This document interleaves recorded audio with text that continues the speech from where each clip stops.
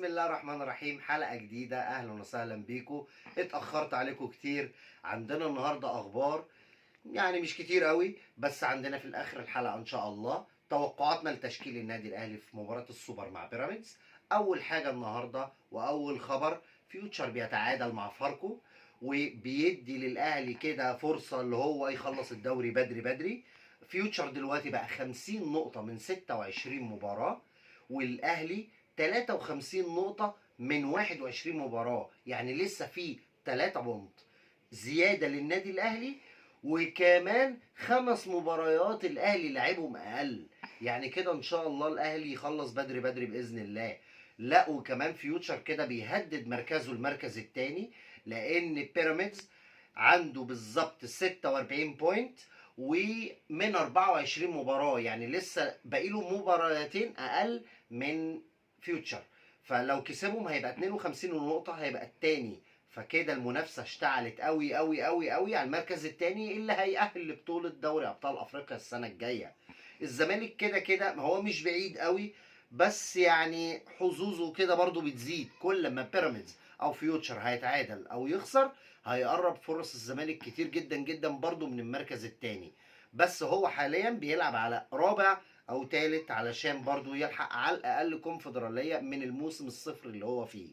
دي اول نقطة. تاني نقطة، ياسر ابراهيم خلاص يعني بنسبة 99% مش هيبقى متواجد في ماتش السوبر للإصابة بتاعته اللي لحقت بيه بالماتش اللي فات. فخلاص كده ياسر ابراهيم خرج خالص، والكلام كان على ان اليو ديانج كان فيه اشاعات، اشاعات اللي هي يعني اللي هو مش هيلعب او مصاب او كده، بس هو الحمد لله بنسبة 100% سليم، وان شاء الله هيكون متواجد في تشكيل بكرة. عندنا في سيف الوزيري اللي هو رئيس مجلس إدارة شركة السادات، صرح وقال إن السوبر الجاي إن شاء الله هيبقى من 4 فرق، وبرضه هيبقى في أبو ظبي، وهتتلعب زي دورة ما بينهم، وهتاخد لمدة أسبوع إن شاء الله في أبو ظبي. ده كده النظام الجديد اللي هيتطبق من الموسم الجاي. عندنا حاجة كمان، نادي الزمالك عمل مؤتمر لرموز النادي النهارده علشان يأكدوا وأيدوا قرار مجلس الإدارة اللي هو قرار الاعتذار عن السوبر. طبعا حاجة تموت من الضحك. أصلا الرئيس المعزول لنادي الزمالك مرتضى منصور، يعني في مواقف كتير ومناسبات كتير طلع نال من كل رموز النادي، وقال ان النادي ملوش رموز، وهو اصلا بيقول على نفسه اللي هو عمل نادي الزمالك، وان اصلا في ناس زملكاويه كتير بيقولوا تاريخ الزمالك بدأ من ساعه ما مرتضى منصور ما مسك.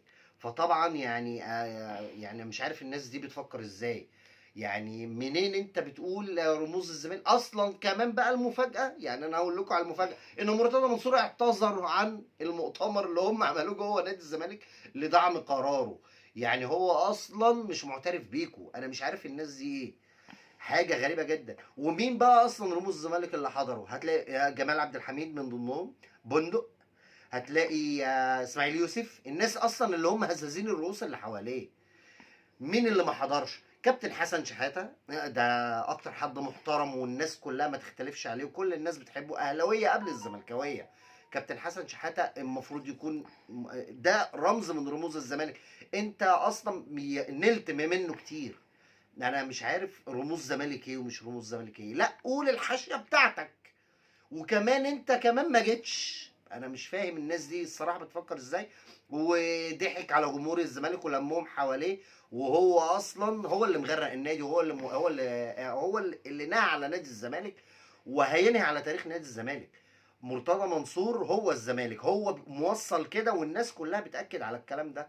خلاص هو ده يعني، احنا لازم نعترف بيه ان مرتضى منصور بيدور على اسمه هو مش اسم نادي الزمالك. اخر حاجه هنتكلم فيها توقع التشكيل النادي الاهلي بكره ان شاء الله. انا اتوقع اللي هو مش هيخرج عن التشكيل بتاع ماتش الرجاء الاخير. يعني انا حسيت ان كولر لقى ضلته في التشكيل ده، مع بعض التغييرات الصغيره او يعني في حدود ضيقه. اعتقد اللي هو هيبدا بمحمد الشناوي في حراسه المرمى، علي معلول على الشمال، محمد هاني على اليمين، قلبي دفاع محمد عبد المنعم ومحمود متولي. عندك نص الملعب في الارتكاز اليو ديانج، مروان عطيه باشا، مروان عطيه باشا، وحمدي فتحي اللي بيزيد بيبقى مهاجم تاني في بعض الفترات. عندك الثلاثي اللي قدام اعتقد تاو، الشحات، كهربا او محمد شريف، بس اعتقد ممكن يبدا بكهربا. دي توقعاتي، وباذن الله يعني باذن الله باذن الله باذن الله الاهلي يكسب بكره 2-0 ان شاء الله ان شاء الله ان شاء الله. وادعوا معانا كده، وباذن الله بكره باذن الله هنقول لكم على الاخبار الجديده اول باول. وان شاء الله الاهلي يكسب ونفرح كلنا باذن الله. يلا والسلام عليكم ورحمه الله وبركاته.